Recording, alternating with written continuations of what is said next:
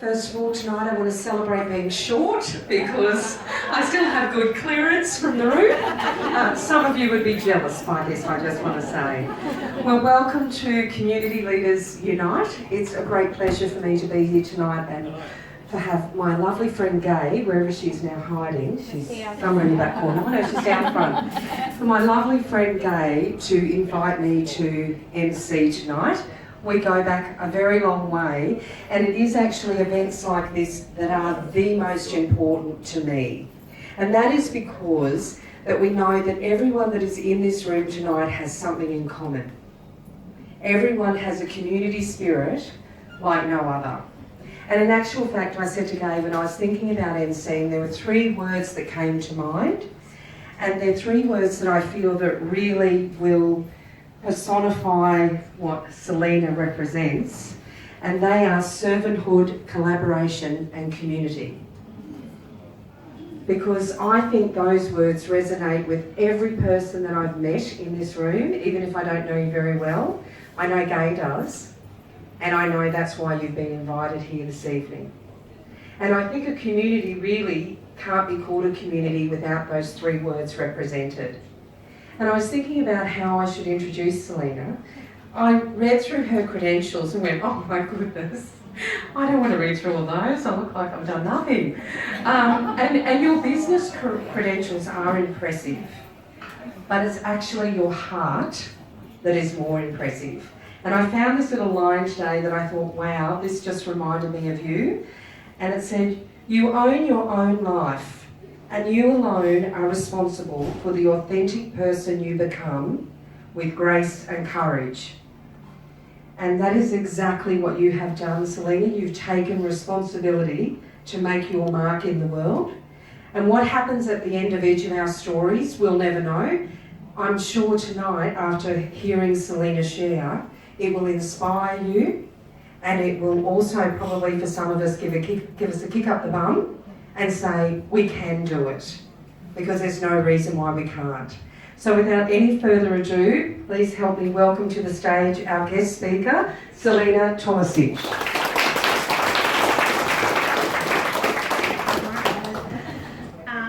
Thank you for that warm welcome. And I know that there's many people inside this room that could possibly have also contributed to, but thank you. And thank you, Gay, for inviting me here. And thanks everybody for coming out, because it's Toowoomba, right? And like, I thought I had to bring 2 sheep with me to keep me warm, but you've actually put on perfect weather for me, so thank you for that. I'll have to do a little figure in the corner. Sorry about that. So I have the Century girl in the corner, Misha, who's going to do my clicker. But I want to share a story with you. And Kim was absolutely right. My last line in tonight's presentation is, what are you doing?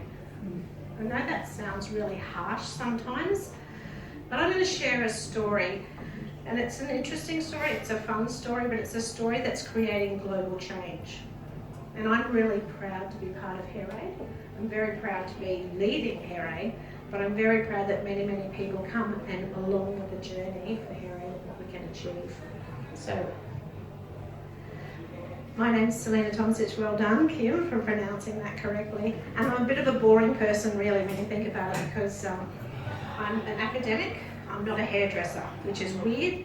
Someone who's presenting and fronting Hair Aid, but I'm an academic nerd. If you don't know what I look like, that's me over there. I'd like a clap for every joke I do. Gotta warm the crowd up. But my background is academia, it's also business, so I've run businesses since I was 14 years old. I'm passionate about businesses, building businesses, creating value, changing people's lives, finding opportunities for students that I teach. So for the last 20 years I've taught at University of the Sunshine Coast, UQ and QUT, and I'm really honoured to do that. More importantly, I'm a mum of 3 amazing adult children who provided me with 4 beautiful granddaughters. I have a husband that tolerates me for 39 years so far, so I'm really happy about that. And I'm a community entrepreneur. I find problems in the community and I see if I can help solve them. And I do that, not because I think I have to, I just actually truly want to. So I want to tell you about a story about Hair Aid and how it started. This is Mish's first time on the click, so thank you. So people often say to me, so how did Hair Aid start? And if is anyone here in marketing business? Yeah, I have the best story in the world. So about 10 years ago, my husband and I were flash packing through Manila. Does anyone know what flash packing is? Of course you don't, I made it up myself. So flash packing is basically because we're poor and we can't really afford all the really cool things around travel. So we used to go into a new country every month and we'd put our backpacks on, and wherever we ended up that night, we got a hotel. All right, flash packing. Sometimes it was a Novotel, sometimes it was a really cool backpackers. And 10 years ago, we were in Manila. And on the last night, my husband, we'd gone back into Metro Manila so that we could fly home. And my husband said to me, you know what, I really want a cold beer and I want to watch the footy. It's not that we weren't drinking beer for the last 4 weeks, because we hadn't, but he wanted to watch the footy. So thanks to Google, we got on the internet and we found this little tiny Aussie pub called Swagman Jack's, complete with stuffed crocodile on the wall. Not kidding, I've got photos. So we trotted on into there, and the bar was like fairly big, about the size of this stage, ×2. And unfortunately for us, the AFL was playing. Not I'll do the jokes. Not the NRL. So we were sitting there having a cold beer, having a chat, and 2 ladies walked in. I am a have a chat. Don't sit next to me on a plane. I will talk to you. I want to hear your story. So I said to these 2 ladies, so what do you do? Do you live here? Do you work here? Are you holidaying? Are you travelling? One lady said to me, the Canadian, Claudia, said to me, I'm an academic, I teach at university. And I'm like, so do I. Now, for me today, 10 years later, that particular point still astounds me. I live in Brisbane, where there's 6 or 7 university campuses, and if I went to a pub down there, I still wouldn't find an academic that taught exactly the same subjects that I teach, because I was teaching entrepreneurship at that time. So her and I were like, have a chat. And I turned to the other lady. Her name was Kate and she was an Australian, so we put on a completely different accent.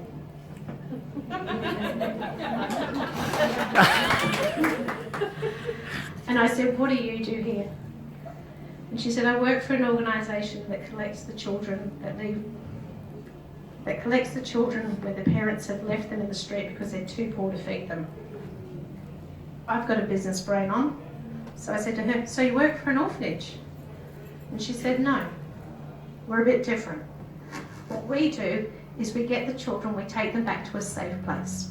Because the children are left on the corner, the parents hope that an orphanage or a charity or an NGO will collect them and keep them safe. But the prostitution gangs are there, and the drug runners are there, and the people that will sell the children into slavery are there. And so she said, we take the children back and we keep them safe. Now, Manila is a Catholic society. And what we didn't know at that point in the conversation, which they told us later, that those 2 ladies were nuns. So 2 nuns walked into a bar, and I now do Hair Aid. But there's a little bit more to that story still. So she said they take the children back and they keep them safe. So they look after their spiritual needs, being Catholic. They give them a new set of clothes, because children often wear the same set of clothes for years, and it seriously looks like they've been dipped in diesel oil. They feed them, they take care of any of their open wounds, they delouse them, they give them a safe place to live, some food. And after a couple of days, when the children feel more comfortable, they say to them, what's your parents' name? Where did you come from? And the nuns go back to the province and they find the parents, and they reconnect parent with the child. Now, I have 3 children. At any one point in time during their growing up, could have given 1 away. 2 on a bad day. But never in my life would I like to, this bit always gets me, this is why I do hair aid. I wouldn't like to line my children up and choose which one I thought was strong enough to survive and make it. But parents over there have to do this all the time. But my business brain said, if you're going to reconnect the child with the parents, aren't you just going to be picking that kid up again in 6 months' time? I'm pretty forward, so I actually said that to her. And she said, no, what we do is we give the parents a livelihood skill. You're following this way better than I am. And I said, what do you give them? And she said, we're no good at it. We're terrible at it. But we'd love to start a sewing centre. So in a previous life for me, who remembers dollar curtains? I owned that. I was an interior designer. I ran a workshop. I can sew, and I knew how to use industrial machines. And I said, I can help you with that. So I went back to the university that I was teaching at, and I said to my university students, you know how you all whinge at me because you're here at university for 3 or 4 years and you can't get a job because you don't have experience? You can tell I'm not a normal academic, right? Mm-hmm. Yeah. Round the square hole, something. Yeah. So if you want some experience, come with me. I'm going to go and set up this sewing centre, and you can get, I don't care what you're studying, but I can find a part for you in that job, in the group, and you will get some experience. So 8 months later, we had 6 donated sewing machines. Myself, my husband, 2 seamstresses, and 3 university students went back, and we trained 17 families, 17 parents on how to sew. 19 kids went home to a family with an income. That was cool. You can just clap once on each.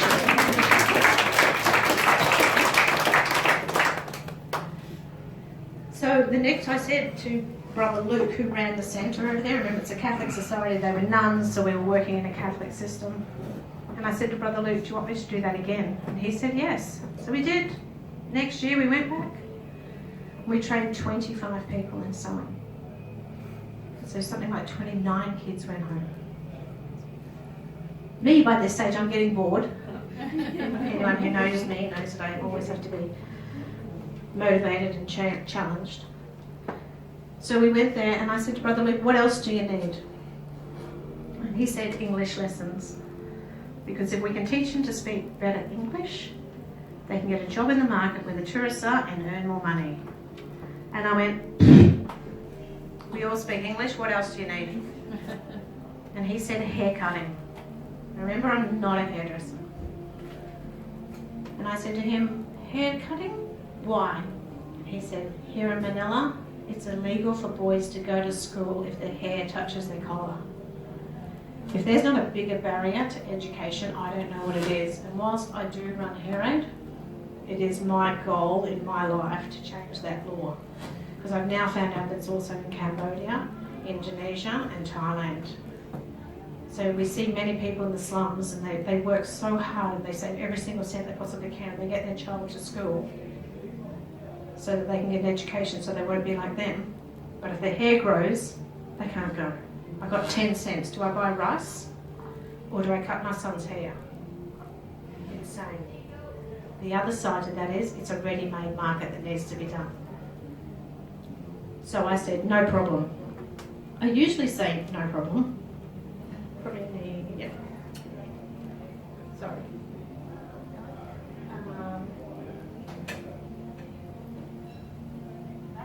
No, go forward. I want to talk about Rosalinda in a moment. She's the other catalyst of why I do this.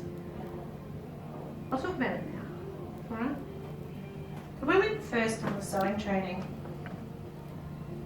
we did it for 2 weeks. Now we just do training in 5 days because I can tell you the people over there learn so fast. They have no barrier to learning like we do here. At the end of the 2 weeks, there's this beautiful lady called Rosalinda. Couldn't speak English. Many of them don't. We didn't speak Tagalog at that stage, so we just made up some words, pretended we could. But on the last day, Brother Luke said, we're going to have a graduation ceremony. Everyone's going to come. And I saw Rosalinda on that Friday and she was walking around, she's like doing this. And she had something in her hand. I could see she was reading it. I didn't really think about it now. I can still see her doing it. And for the whole morning, she was like. When we came to the graduation ceremony, and Brother Luke asked everybody to stand and tell them what it meant to be trained to sew. Now, Rosalinda had 5 children. One had died from disease, and one had died from being swept underneath the waterway, the causeway, and been thrown out into the dirty river where Rosalinda lived. Rosalinda took us to her home. She was so proud of her home. Her home was a hole that was dug into the ground, and she'd stolen a vinyl sign. That is not Rosalinda in that photo, just FYI. I don't have a photo of Rosalinda at that time, but that's the vinyl signs that they often steal. So if it wasn't raining, Rosalinda would put the vinyl sign on the bottom of the hole, and her children could sleep, not in the dirt. But if it rained, she put the vinyl sign over the top of the hole, so they wouldn't have rain pellets on them. And at graduation, Brother Luke said, stand up and share what it meant for you to be trained. And Rosalinda stood up and said, in English, and she didn't speak English, thank you for training me. Now my children will not die. People ask me why I'm still doing hair aid 10 years later when I'm not a hairdresser. The answer is Rosalinda and all the other Rosalindas that came after Rosalinda. And the terrible thing about the pure critical poverty that these people live in, and I know that we sometimes see vision on the TV, but when you are there and Rosalinda tells you that her son died and they're Catholic and they have to bury the body whole because that's their religious belief, and you don't have any money, you just put the body in the street in the heat until the council workers come and collect them. So she had to walk past her son's body for 3 weeks until it was collected. Like, we think we know poverty, but we do not. Over there, I call it critical poverty, and it's extreme. So Rosalinda is one of the reasons why I do hair aid still. So I said to Brother Luke, what else do you need? And he said, English lessons, piece of cake, hair cutting. So I said, no problem. So here's some vision of us doing the original English lessons, and we started doing some hair cutting. So these photos here, the second year we went back to do hair cutting. So when we went the first time, I think we trained around 22 people in hair. We were still doing sewing. We trained about 25 people, and we taught about 12 people English. The second time we went, that's a photo at the bottom there. So over in Manila, in a lot of the Asian countries, there's a hierarchy of introduction. So when we go to these communities, I have to go in first because I'm Selina, the boss. And then you meet people, and then you can introduce your team. They come in, it's protocol, it's what you have to do. So I went in there and I saw all these people here, and I was expecting around 35 people to learn how to cut hair. And so I saw them, and I'm like, this room was full. It went around the corner on the other side. And I went, hi, I'm Selina, thank you for allowing me to come into your community. Who's here for sewing? And Brother Luke said, no, they're upstairs. 27. I went, oh, that's perfect. I'm a great crisis manager. This is the face you get no matter what you tell me. And then I went, that's fabulous. Who's here for English? And Brother Luke said, they're out in the courtyard. And I'm quickly counting. About 80 people still in front of me. And I said, so who's here for hair? And they all put their hand up. And they all put, I could do pole dance. Wrong platform. Get in, hang out with me, I'm fun. So I said, all here for hair cutting. And they all put their hand up, and I'm like, that's fabulous. And Brother Luke said, and the rest of them are on the 3rd floor. Now I'd expected 25 people for hair cutting. I'd bought 30 kits because I'm a planner. I had extra kits. I had 240 people wanting haircuts. So I walked outside to the courtyard where my team was waiting, and I went, put a smile on your dial. No matter what I say, just nod your head. So I took them in, I introduced my team, and I went, so there's around 240 for hair cutting, and their little eyes were about this big. But we did it. I went and I took every single cent out of every single bank account I had, and I found scissors, and I found clips, and I found capes, and I did whatever, and we trained 240 people.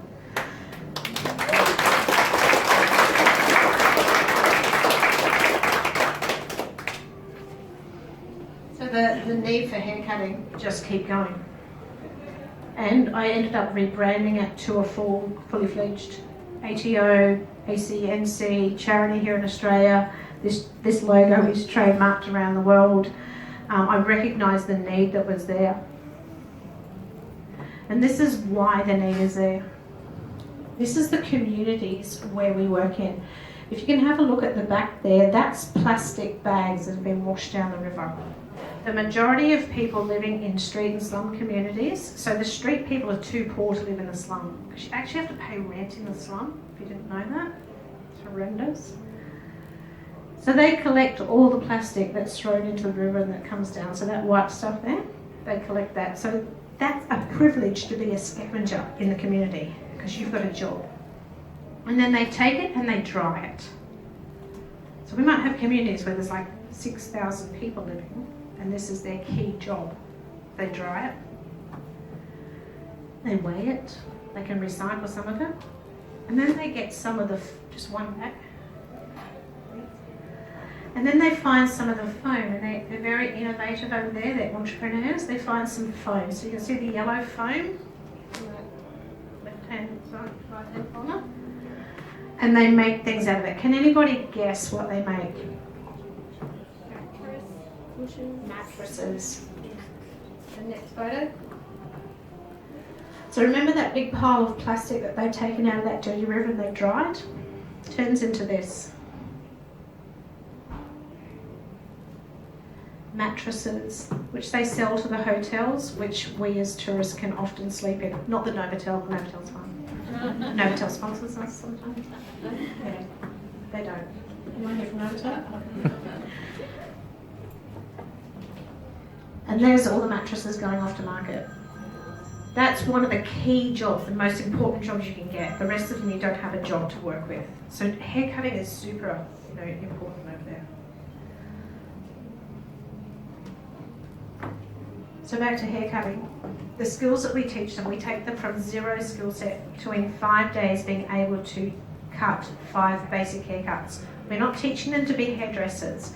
Just to do 5 basic haircuts, which is also called regulation haircuts over there, so they can go to school with. They can make that, they can barter it for food, they can cut their own children's hair, keep them in school, or they can actually earn money. So the people that are a bit richer than them will actually employ the poorer people so that they cut their children's hair or their houseboys' hair or whatever. So it's a great market that we can work with. And these are the beautiful faces. This is the reason we do this, is we know that we're just making their parents' lives bearable by having their children with them, but we're changing the next generation. We're changing the children's lives.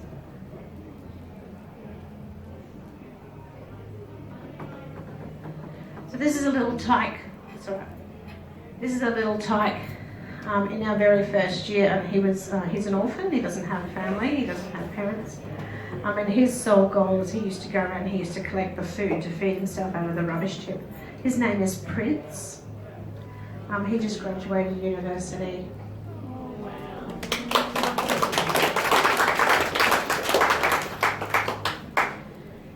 So he learnt hair cutting, he paid his way through, and he now does leaflets for the hotels when you're at the airport or you're walking up and down the escalators, he prints those, so just take them. Just pretend they're princes from now on. So yeah, the hair aid changes lives. That one small skill people don't necessarily value makes a huge difference in people's lives. So who does the hair cutting training? Obviously not me, all right? Although people say to me, I'm sure you could cut hair by now. I'm like, if you're dying and you're desperate for a haircut, I'm prepared to step up. But really, It's a skill, it's an expertise.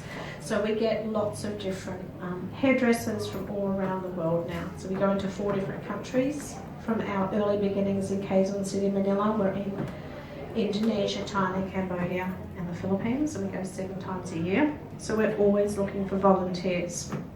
Is there anyone sitting here right now going, damn, I'm not a hairdresser, but I'd love to help? Good news, because for every hairdresser, I need a non-hairdresser to help and support them, because often our hairdressers are training 20, 30, and in one time we trained 83 people in one location. And I'm a non-hairdresser, I was at that location. And they said to us, it's just a small one, it's just 15 people. And I went, awesome, I'll send one hairdresser and me. And we turned up and there was 83 waiting to be trained. And we trained them. We never say no. So we have some of the best in the business hairdressers join us. So we have Karina de Blas. So if you're not in the hair industry, it doesn't matter, they don't care that you don't know them. Benny Salvini, Emiliana Vitali, Tabitha Coffey. But we also have hairdressers who have a salon in their own home, that have a salon with 2 stylists, that have 5 salons, that have 10 salons, that work at a chain, that work in Just Cuts. We have all types of hairdressers join us, and I desperately need them. So you are all challenged to go back to your hairdresser and say, saw this really cute chick, Selina.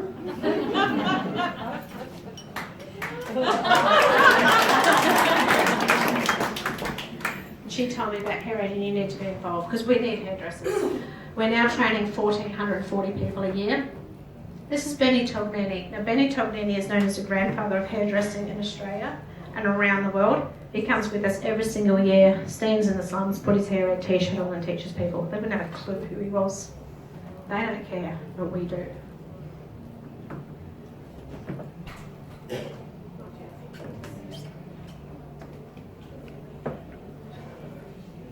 That's a photo of Tabitha Coffey. So hair people, she's someone important I don't really know. She's also a very, very close friend of mine since she's been with Hair Aid. She's a significant influence in the hair and beauty industry, and she came on 2 projects. She's also, some of you may know her, she's got a TV reality show. She's known as a Gordon Ramsay of hairdressing. She goes into salons, tells them they're all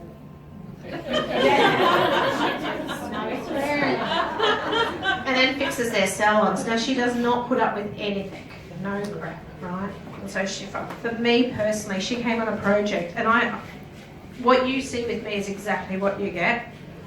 So she came on a project and I made her take off all her bling and all her brand. No one's allowed to wear makeup, no one's allowed to wear jewellery, no one's allowed to wear any brand. You put your $12 Kmart t-shirt on and your black pants and your sand shoes that you wear in the garden, because they're not interested in what you look like and they don't care who you are, so long as you can teach them. And it also makes it easy for me because I can keep you safer if you're not covered in bling. And you're less intimidating to the people. So Tabitha was there, stripped it all off, did everything she did, went in there, taught them. They would never clue who she was. So we have people from lots, obviously, the hair and beauty industry. And it changes their lives. Going on a project, working with people in critical poverty who are so incredibly thankful for the gift of a skill you give them, and at the end of it, we gift them a scissor kit. Now, it's taken me many years to have enough scissor kits donated, and I'm very happy to say I've now secured the next 5 years, so I'm really happy with that, because I woke up one morning and thought, you're an idiot, Selina. Cute, but an idiot. Because you're going over there and you're giving them a skill, and what we used to do is we used to leave the scissor kits in with the community managers so that we didn't make them a victim of crime, and there's still a male-dominant hierarchy over there. So often the women would go home with tools and the men would take it off them because they don't want their wives to work. We understand that's still in their culture and that's fine. And so only certain people are allowed to borrow these kits. So I recognised that what I was doing, I was going over there and empowering them and motivating them and getting them all excited and giving them a skill and not giving them any tools. We changed that. Now we gift them a scissor kit. It's very basic. 1 scissor, 1 comb, 4 section clips, a cape and a little zip-up bag. And I'm so grateful that we give them a little zip-up bag now. I'm going to tell you a story about Cambodia. In Cambodia, we work with mainly women that have been rescued from the sex trade, and that's a whole nother talk. Invite me back next month. Okay, next month. Don't worry, you get sick of me. But we'd trained this one lady, they'd been rescued from the sex trade. We'd given her a skill. We'd left. My husband and I had gone a few kilometres away. We were going to go diving for the weekend before we flew home. And as we were driving back to the airport, we saw her on the street. And she had a little scissor kit with her. And I'm like to the taxi, pull over, pull over. So I went, hey, how are you? How are you going? Like, I'm so excited. Like, she's on the street, she's earning money, you know, cutting hair. And her kit was filthy, it was muddy, dirty. And I don't want to say anything because, you know, people's lives are really tough. And I said to her, do you need me to get another bag? Like, I've got another spare one, which I did, but I was just going to go and get one. She's like, no. And I said, well, I've got some wipes. I'll give them to you if you want to just clean the bag up. She's like, oh, it doesn't matter. She goes, just dirty tomorrow. I'm like, oh, okay. Why is it dirty?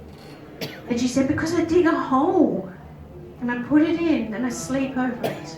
Oh. Yeah. Yeah, right? That's what we work with. But the skills we give them changes their lives. So, you know, there's empowerment. Hairdressers say to me all the time, again, I'm not a hairdresser, they say to me, yeah, but can they actually cut hair? That's Wednesday. No skill Monday. That's what they're cutting on Wednesday. Not that.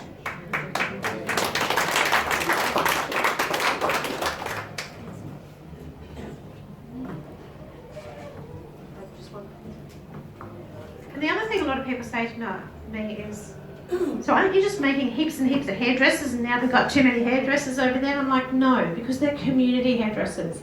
They don't go into a salon. They stand on the side of the street, they get their toolkit, they get their skill, and they cut hair. And they earn money, or they exchange it for food, or they keep their own children in school because of it.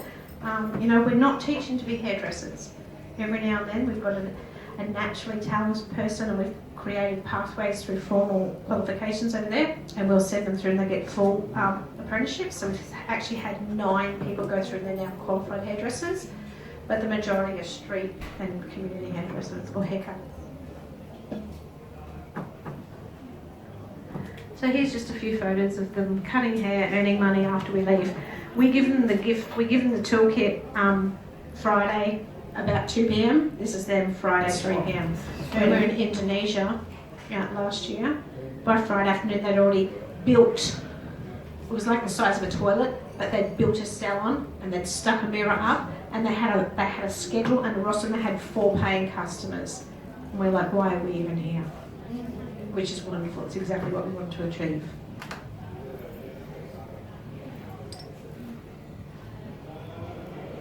So what is the vision of HairAid? And it's basically to establish a global community. Whether you're a hairdresser or not, whether you're a corporate or not, we need resources, we need help, we need cash, we need support. If you've got a skill, I bet you I can use it in HairAid. That's our vision. One of the very exciting things is in January 2020 we're doing a full barbering course in Manila as well. So anyone who's been through our 5-day training, we're now going to teach them barbering because they can earn faster money. So, and we've done a deal with Wal done a deal with us.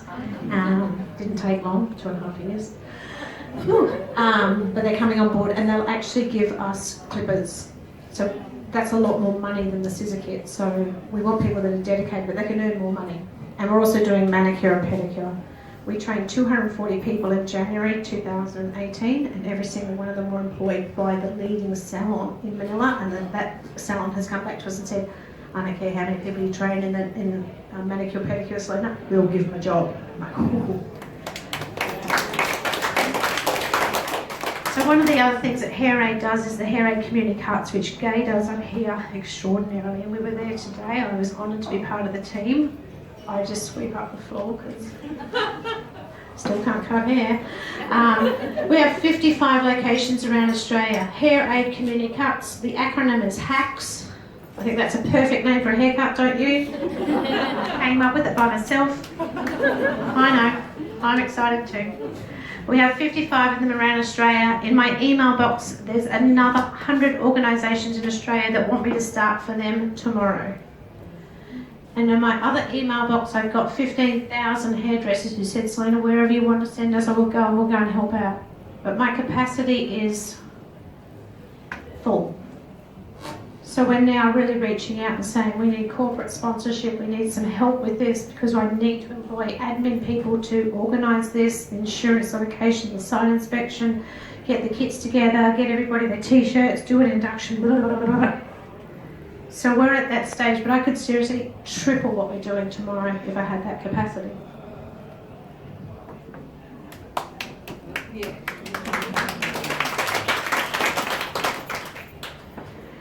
So, my last sort of thing, my last sort of call to action, normally I've got a room full of hairy people, my hairy friends as I like to call them. I'm allowed to call them that because I can run fast. My husband's a policeman, so he protects me. But I always put the call out, if you're a hairdresser and you can come and help 2 to 3 hours of your time every 6 weeks, that's all it takes to make a difference. Come along, help us out.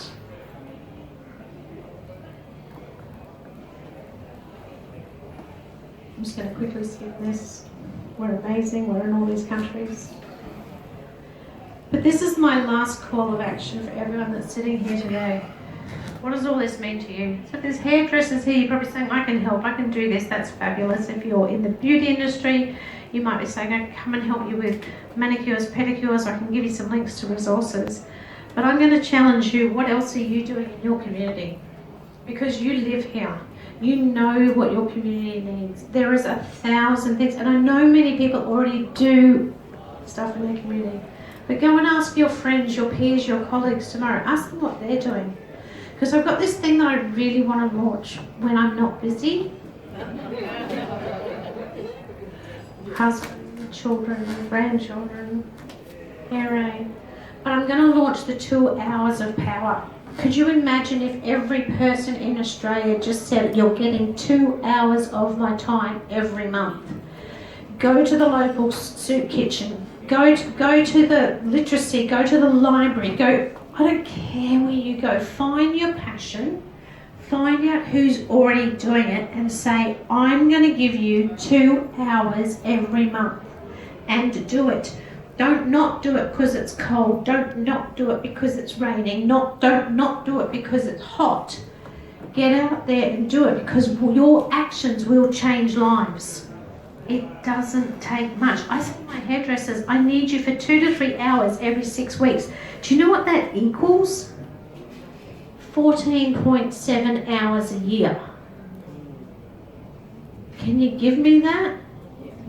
Can you give wherever your passion lays that? And again, I do know that there's lots of people already doing this. I'm not talking to people who dedicate many, many hours. But I challenge you, talk to your colleagues, see what you can do, because what you do can change lives. What Hero does changes lives. And I thank you very much for your consideration and your time tonight. I was just thinking about the pedicure that won't take too long. I don't think they'd like to have me as a client. But anyway, I'm willing to sacrifice myself. Thank you very much, Selina. Can we please give her another round of applause, please, for so many reasons. And please keep clapping because I do want to do something that I know I'm always growled at for doing, but I do want to welcome Gay up on stage because I want to thank her personally, as you do, obviously, for making tonight happen. And just maybe on your note of something that you said, Selina, we're still good. I do want to reference this, and I know that Gay gets very upset when I talk about her in public, but it's really relevant to me that over 8 years ago, when I started working with Gay and mentoring her, you know, she didn't have any belief really, in my opinion, and I can say this, of what she was capable of. She couldn't see the things inside of her that I and many others could see. And that's what I want to encourage all of you tonight. And I want to highlight Amanda with Protea Place. Honestly, the one thing that Selina would share here is the fact that when you've got a dream and a passion and an idea, get used to rejection, because leadership can sometimes be very lonely. And that is my experience, but it's no reason to stop. So I congratulate you for your vision, and obviously the team from Base Services. I mean, there's many of you, and Gay will thank you personally, but that's what we have in common here, is people that have a vision beyond themselves and you can't even explain it. And that's what Selina has so aptly shared with us. It didn't matter that she didn't have certain skills, she was doing it anyway. And that's why I want to now introduce you to my dear friend, because I would have said the same to her. It doesn't matter what you don't have. Let's work with what you do have. So everyone, please thank Gay for her initiative tonight to bring us all together. And here's my friend, Gay Hall. Thank you, Kim. Firstly, I'd really like to take the time to thank you all for coming here today. I joked about today, I feel like I'm at my own wedding because I have this connection with a lot of people and it's really bizarre. But I sincerely thank you all for coming. I'm sure that you've heard me talk about Hair Aid and you can see why I'm so passionate about it when you hear Selina speak, because she just inspires me each and every day. And I encourage everybody, exactly what Kim had said, as I say that there's a very small percent of doers in the world, and then there's like so much of 50% that are happy to help but don't know how to help. And I encourage you to go out there and be a doer and make the mistakes and keep making the mistakes until you get it right, because it will happen. So I'd like to thank everybody again. Now firstly, I need to thank Selina for taking the time to come up today. It was absolutely amazing having her with the project today. By the way, the project today was incredible. I think we smashed out 36 haircuts in an hour and a half today. That was incredible. And when you see those people walk out with the smiles on their face and their shoulders back and the dignity it gives them, it just fills the soul. I can't explain it. Secondly, I have to thank my beautiful friend Kim, because when I said I wanted to do this, and the reason I wanted to do this is to get all you beautiful people, community leaders out here to get together, because there's a lot of people out here that do amazing things in Toowoomba, and I give you full credit for doing that. And I think if we work together a little bit more, we can help each other a little bit more and get a little bit further. So, thank you. So, funny story about me organising this. So basically I come up with the idea because when I saw Kim, I was at a convention centre. We went to Salon Growth, which is an amazing 1,000 people in the room. And these are our kids, these are salon owners. And Selina got up and did her talk. And to have everybody there just be in awe of Selina was just something where I said, I have to get her up here and I need to share this, because it's just incredible how inspiring she is. So thank you, Selina, for coming up here. So, well, Kim helps make it happen. I basically say to Kim, I want to do this, and this is what I've done. I've gone and seen the fellas at the Cube, and I'm going to hold it in the back room and get everyone together. And Kim brings me back down and goes, okay, so, and how much is the Cube going to cost you for this event? And I'm like, nothing, I hope. I better go and check on that. So I want to be a huge thank you to the Cube. They have been absolutely amazing with their and I'm very black and white and simplistic in a lot of ways. The second question that Kim said to me was, and how are you going to cater for this game? Like, if they want to buy beer, they buy beer. If they want a beer, they go get beer. I'm doing it. Otherwise, we find excuses not to do it. And that's why I've done it this way. So thank you, Kim. You always make things happen for me. So, secondly, Daryl. Now, Daryl has just been amazing with the coverage of what we've done today. And it's stuff like today, Channel 7 came, Channel 9 came, the Chronicle came, which is fantastic to get that exposure, because we need that exposure to let people know what we do and why we do it. But Daryl's taken the time. He was in the salon with me yesterday, not cutting hair, was sitting there helping this all happen, getting photos together because I didn't even know how to get photos off the iPad onto a USB. So we've really started simple with there. So, and today we were sitting here having lunch and having a beer, editing these photos for every couple of hours as well. So thank you, Daryl. I really appreciate your time and how much coverage you do. Also like to thank people that make this happen. So the Housing Hub has been huge as well with helping me with our community cuts. So unfortunately Helen McGrath couldn't be here tonight, but she is one amazing woman that makes things happen and she makes appointments for me and she's just incredible. So I want to give a big thank you to Helen McGrath. Also to the base services with Tiff and Nat. And it's Nat's birthday today, so happy birthday, Nat! Today was our first time going there, but we've worked a lot in the past and Nat would often send people up to wherever I was working from, so we have sort of worked together before, but today was just amazing and the love in the room and was just, so thank you so much Tiff and Nat for making that happen, and we will be making it a regular, we will be alternating with the Housing Hub and yourselves, so that will work really well, so thank you for that. I just wanted to share quickly with you some photos that you see up on the wall. They are from our community. Now this starts back, you'll see some photos from the Gateway House. That's from teenagers that are homeless, and that's called Gateway House. Where I am right there is the Manor House. So the Manor House is a domestic violence home that's in a secret location. So and there's a few hairdressers in the room that have been with me to the Manor House, and that can be quite challenging at times because a lot of the time they don't actually speak English. So we have certain challenges on the way with doing this, but we always get a beautiful result at the end. We've also worked, I can't remember all the places we've been.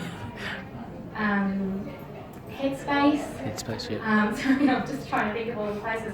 In my salon, we've actually brought people into the salon as well. So I wanted to share our experience with these photos and let you see what we do and why I am so passionate about it.